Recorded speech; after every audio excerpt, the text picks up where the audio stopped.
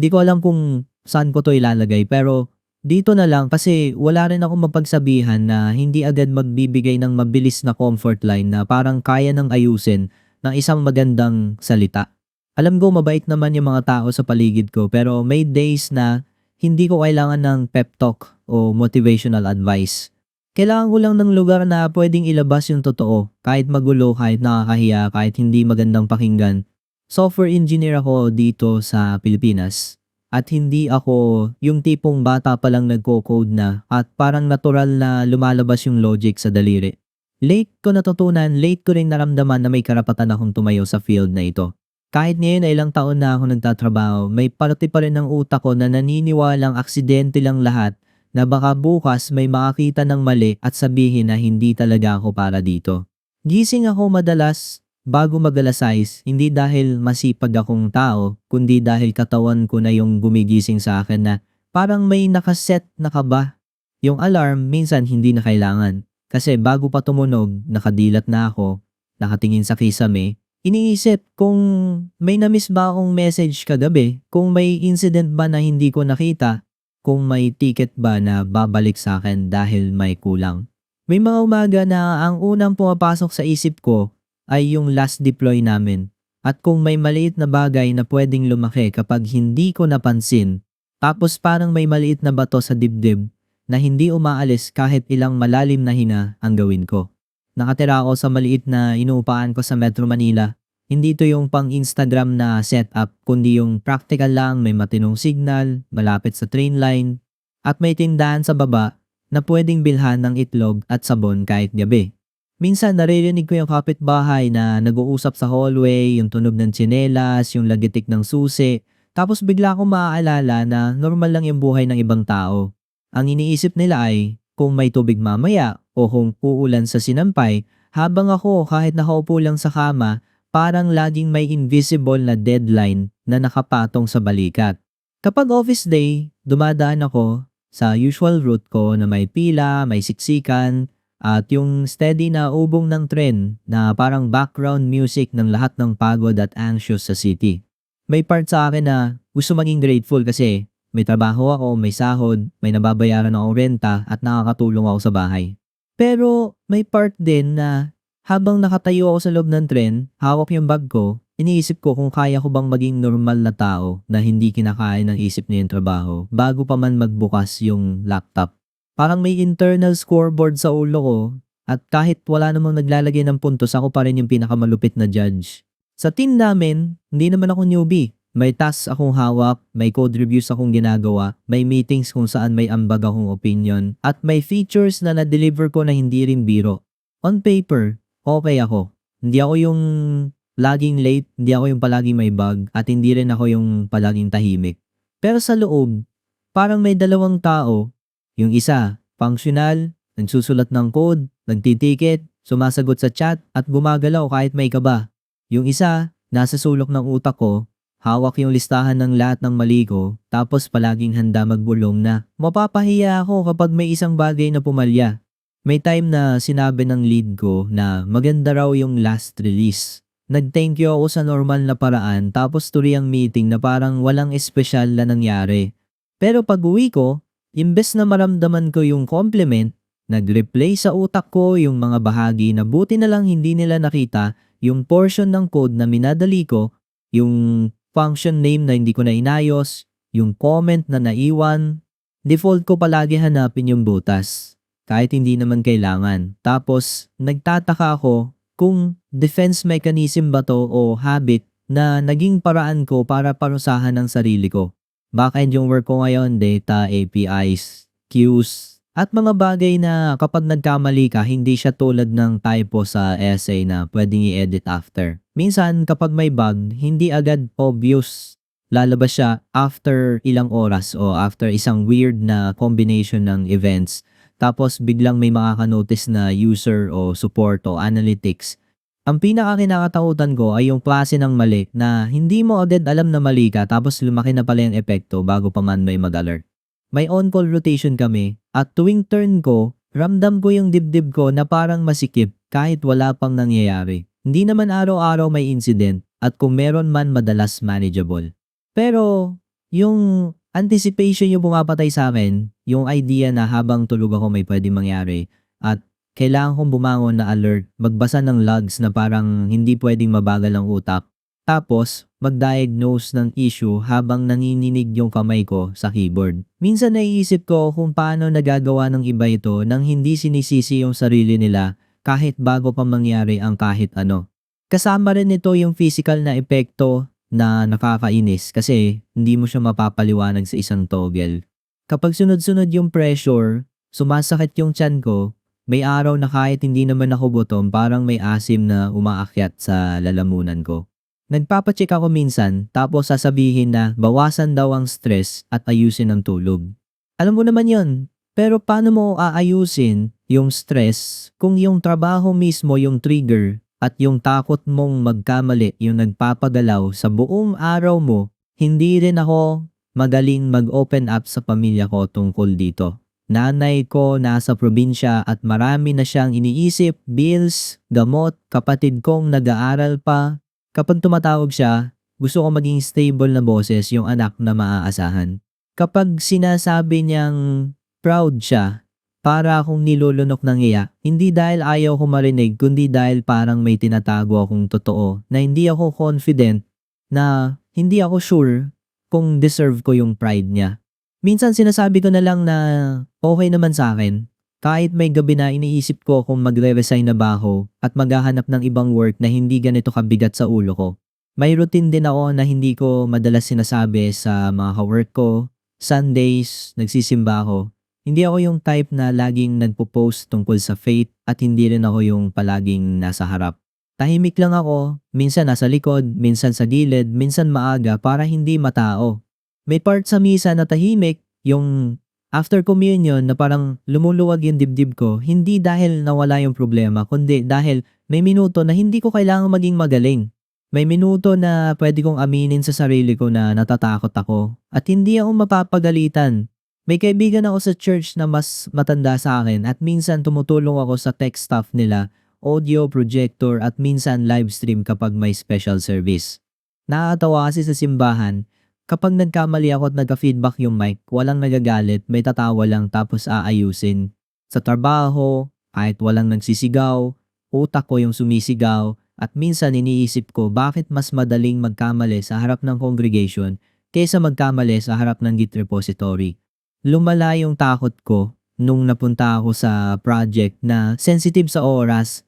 May feature na kailangan sa isang date, maraming dependencies, may integration na hindi ko kontrolado, may requirements na nagbabago, tapos kami yung nasa gitna. Maayos kausap yung lead ko at hindi siya yung nananakot, pero may mga stakeholders na laging nagmamadali at yung tone nila sa chat minsan parang kasalanan namin kapag may delay. Hindi ko sila gustong husgahan, pero yung urgency nila tumatama sa pinakamahina kong parte. Isang linggo, may release kami na ako yung primary, hindi ibig sabihin ako lang gumawa, pero ako yung nag-coordinate, nag-check ng checklist at nag-run ng final steps. Noong araw na yon, maaga akong gumising, nagkape, nagbukas ng laptop, nagbasa ng notes na parang exam. Nagpray ako bago magsimula, hindi mahaba, pero honest, humihingi ako ng tulong para maging maingat at kung may mali, sana makita agad. Habang papalapit yung deploy, parang lumiliit yung mundo ko sa screen, Slack, terminal, dashboard at yung notifications na parang may sariling pulso. Naririnig ko pa yung office sounds, may nag-uusap, may tumatawa, may nagbubukas ng snacks, pero parang nasa ilalim ako ng tubig at muffled lahat. Yung kamay ko malamig, kahit aircon lang, tapos may maliit na part sa utak ko na naglalaro ng senaryo, paano kung bumagsak yung service, paano kung hindi gumana yung migration, paano kung may edge case na hindi namin na-test. Kahit ilang beses na ako nag-deploy, parang first time lagi kapag ako yung may hawak. Naging okay yung deploy at for a few hours, wala namang alert. Dapat doon ako huminga, dapat doon ako maging masaya, pero ang nangyari mas lalo akong naghintay. Parang naghihintay ako ng masamang balita para ma-validate yung takot ko. Bandang hapon, may message ang support, may ilang users daw na hindi nakatanggap ng notification. Hindi to life or death, pero sign siya na may hindi tumama at nung nabasa ko yon parang biglang bumagsak yung loob ko kasi eto na yung kinakatakutan ko na naging totoo. Nag-open ako ng logs, sinundan ko yung flow, nag-check ng recent changes, Technically, alam ko yung next steps. Pero emotionally, parang hindi tugma kasi yung isip ko naghahanap ng issue habang yung puso ko paulit-ulit na sinasabing kasalanan ko 'to.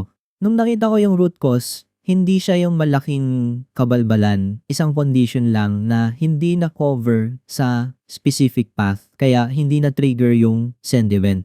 Fixable siya at nagawa namin pero sa ulo ko walang celebration, puro tanong kung bakit hindi ko nakita ng mas maaga. Nag-submit ako ng fix, nagpa-review, na-merge, tapos quick deploy ulit. Nag-update ako sa thread, nag-sorry at nagbigay ng explanation na klaro. Wala namang sumigaw at wala ring nagbanta, tapos ang reply ng lead ko ay thanks kasi mabilis kong inayos. Dapat okay na pero pag uwi ko parang drained ako at hindi ko alam paano ihihinto yung aftershock sa katawan ko. Hindi ako makatulog agad kasi paulit-ulit yung moment na nakita ko yung support message. Parang gusto kong balikan yung oras at i-edit yung sarili ko, hindi lang yung code. Kinabukasan, may one-on-one ako with my lead.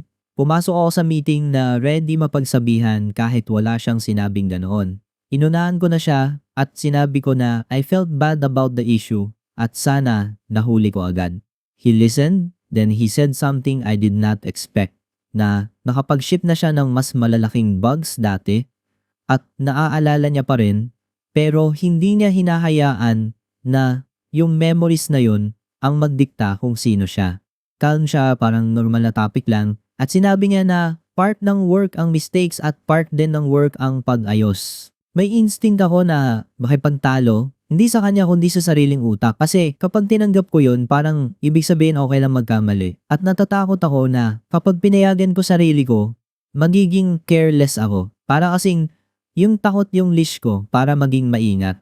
Pero habang nagsasalita siya, napansin ko na hindi naman siya careless, maingat siya at siya yung klase ng engineer na nirerespeto ko. Kaya napatanong ako sa sarili ko kung bakit sa kanya pwedeng maging human pero sa akin bawal. After that conversation, nag-try ako magbago ng small things. Hindi yung big transformation na parang movie kasi hindi ko kaya yon pero small steps na pwedeng ulit-ulitin. Nagsimula akong magsulat ng post-deploy notes na hindi lang checklist pati feelings kung saan ako kinabahan at anong assumption yung nagdala sa akin sa worst case. Kapag binabasa ko later, napapansin ko na consistent yung fear kahit hindi consistent yung reality. At doon ko nakikita na may pattern ako na pwedeng alagaan kaysa parusahan. May isang gabi na on-call ulit ako, tapos may family event.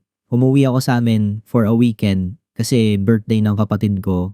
Hindi bongga, lutong bahay lang. Yung sala puno ng tita, yung mga pinsan naglalaro sa labas, at may video sa kapitbahay na halatang mahaba ang gabi. Nandun ako, nakaupo sa plastic chair, kausap si nanay, and for a few minutes, normal akong tao, tapos nag-vibrate yung phone ko dahil may alert. Hindi ko sinabi agad sa kanila kasi ayoko masira yung moment, kaya tumayo ako, nagpaalam na mag-CR, tapos dinala ko yung phone at laptop sa kwarto, binuksan ko sa lumang mesa. I felt ridiculous, like I was living two lives at once. Yung isa anak at kuya sa bahay, yung isa engineer na kailangang mag-respond. The incident was not huge, but it needed attention, so I followed the runbook, checked dashboards, traced the request path, habang naririnig ko sa labas yung tawanan at tunog ng pinggan. At may lamp sa lalamunan ko na hindi ko maipaliwanag. Naresolve ko rin at nag-post ng update. Paglabas ko ulit, nandun si nanay sa kusina nag-aayos ng plato. Tumingin siya sa akin na parang alam niyang may ibang nangyari pero hindi siya nagtanong ng marami. Tinanong lang niya kung okay ako. Sumagot ako ng oo at ang ibig kong sabihin ay nakalampas ako sa moment na yon. Later that night, pagkatapos nilang matulog, umupo ako sa may bintana na sarado na yung laptop at nag-pray ulit ako. Hindi tungkol sa perfect execution, kundi tungkol sa mas tahimik na isip. Lumipas ang mga linggo at hindi ako biglang naging confident. May days na okay ako, may days na bumabalik yung old thoughts. Kapag may code review comment na direct, kahit tama naman, nagiinit pa rin yung mukha ko. Kapag may meeting na hindi ko alam yung sagot, ramdam ko pa rin yung panic. Pero may small shifts kasi nagsimula akong magtanong ng mas maaga bago ako malunod at tumigil ako sa pag-acting na alam ko na lahat kahit hindi comfortable. May isang unexpected na nangyari. Na-assign ako mag-mentor ng junior dev. Fresh grad siya, bright, mabilis matuto, pero halatang takot din magkamali. Nakikita ko yung sarili ko sa kanya, yung pag-type niya, tapos stop, delete, type ulit, yung mabilis niyang pag-sorry kahit minor lang. One time, nag-message siya late at sinabi niyang feeling niya hindi siya para sa job. Tinitigan ko yung screen ng matagal kasi gusto kong magbigay ng perfect advice pero wala akong ganun. Kaya sinabi ko yung totoo na nararamdaman ko rin yun minsan kahit ngayon at yung job hindi tumitigil maging scary pero pwedeng matutunan mo kung paano bumalaw kahit nandun yung fear. After that, may realization na hindi ko gusto pero kailangan kong tanggapin. Kaya kong maging kind sa ibang tao na may parehong weakness na pinarurusahan ko sa sarili ko. Kaya kong sabihin sa kanya na part ng work ang mistakes at normal magtanong at hindi siya nag-iisa pero kapag ako yung nagkamali parang hindi pwedeng patawarin. Parang may rule sa buhay ko na para lang sa akin mas strict kaysa sa iba at hindi man ako nito agad na fix pero mas malinaw ko nang nakikita na baka hindi ito tungkol sa skill lang, baka tungkol ito sa kung paano ko sinusukat yung worth ko. Nag-live din ako minsan, hindi yung big vacation abroad, kundi local lang. Pumunta ako sa tahimik na lugar malapit sa dagat, within Luzon, yung tipo na rinig mo yung hangin at alon kapag gabi. May dala akong book pero mas marami akong oras na nakaupo lang. The first day, my mind kept opening imaginary tabs, check messages, check updates. What if something breaks? Kahit wala naman akong ginagawa, by the second day, humina siya, hindi nawala, pero mas hindi na siya sumisigaw. One night, naglakad ako malapit sa shore at naalala ko yung younger self ko, yung version na nag-aaral pa, naghahanap ng trabaho, at naniniwalang kapag may stable na work, magiging okay na lahat. Nalungkot ako para sa kanya, hindi dahil mali siya umasa, kundi dahil hindi niya alam na may stability na may kasamang ibang klase ng takot. Fear of losing it, fear of being found out, fear na isang mistake lang pwedeng umikot ang buhay. Pagbalik ko sa work, same environment, same tools, same deadlines, pero may baon akong ibang perspective, kahit maliit. Sinubukan kong tratuhin yung utak ko na parang coworker na anxious, hindi parang kaaway. Kapag may thought na I will mess this up, sinasagot ko sa sarili ko na pwedeng mangyari pero pwede rin akong mag-fix at pwede rin akong humingi ng tulong. Weird siya pakinggan sa simula at parang hindi bagay sa akin pero inuulit ko siya hindi bilang lie, kundi bilang reminder na hindi lang fear ang totoo. May araw pa rin na bumabalik yung physical symptoms, may araw na sumasakit yung tiyan ko after a tense meeting, may gabi nagising ako kahit antok, nagre-replay ng mistakes. Pero may practice ako ngayon bago matulog, sinusulat ko kung anong ginawa ko that day in plain words, hindi achievements for bragging, kundi facts lang. I reviewed code and found an issue. I asked a question instead of pretending. I fixed a bug and documented it. Kapag nakita ko yung lines, boring sila at yun mismo yung point kasi utak ko mahilig gawing crisis ang lahat tapos yung boring facts yung nagbabalik sa akin sa present. Alam ko may magsasabi na magpalit na lang ako ng trabaho o tumigil na lang ako mag-care at naiintindihan ko kung bakit yun yung unang advice. Pero may responsibilities ako at totoo rin na gusto ko yung parts ng work na to. Gusto ko yung feeling na may nabuo kang gumagana. Gusto ko yung moment na yung messy problem nagiging clear.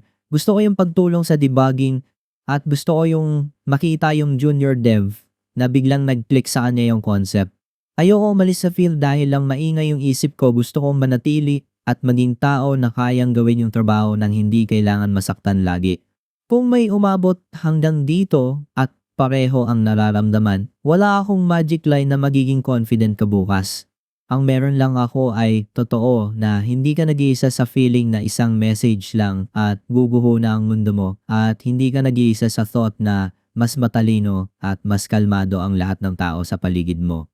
Some of them are also scared at natutunan lang nila kung paano dalhin yon nang hindi halata. Skills grow, yes, pero pati yung paraan ng pakikipag-usap mo sa sarili mo, pwedeng magbago kung bibigyan mo ng oras at kung titigil ka sa pagtrato sa fear na parang proof na hindi ka dapat nandito.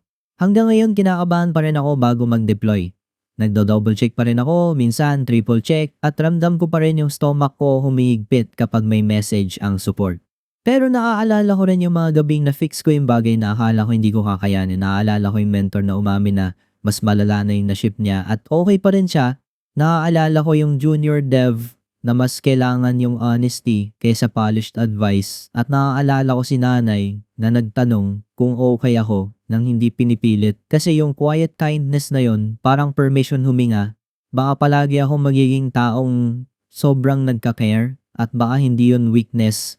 Baka kailangan lang nito ng boundaries na hindi ko natutunan agad. Boundaries between work and family, between role and identity, between mistakes and value ko bilang tao. Kapag nag-pray ako ngayon, humihingi pa rin ako ng pagiging maingat, pero humihingi na rin ako ng mercy para sa sarili ko kasi ngayon ko lang na-realize na kailangan ko rin pala yun. Mahaba to pero kailangan ko talagang ilabas ng isang buhos kasi kapag pinutol ko baka hindi ko na ituloy. Salamat kung umabot ka dito at kung may sarili kang version ng ganito, hindi mo kailangan magpakahiro para masabing okay ka. Kailangan mo lang magpakita ulit bukas at baka dahan-dahan matuto yung isip mo na pinapayagan kang manatili dito. The end. Thank you for watching this video. Don't forget to come back tomorrow for more stories. Once again, I'm Lechon and I'll see you next time.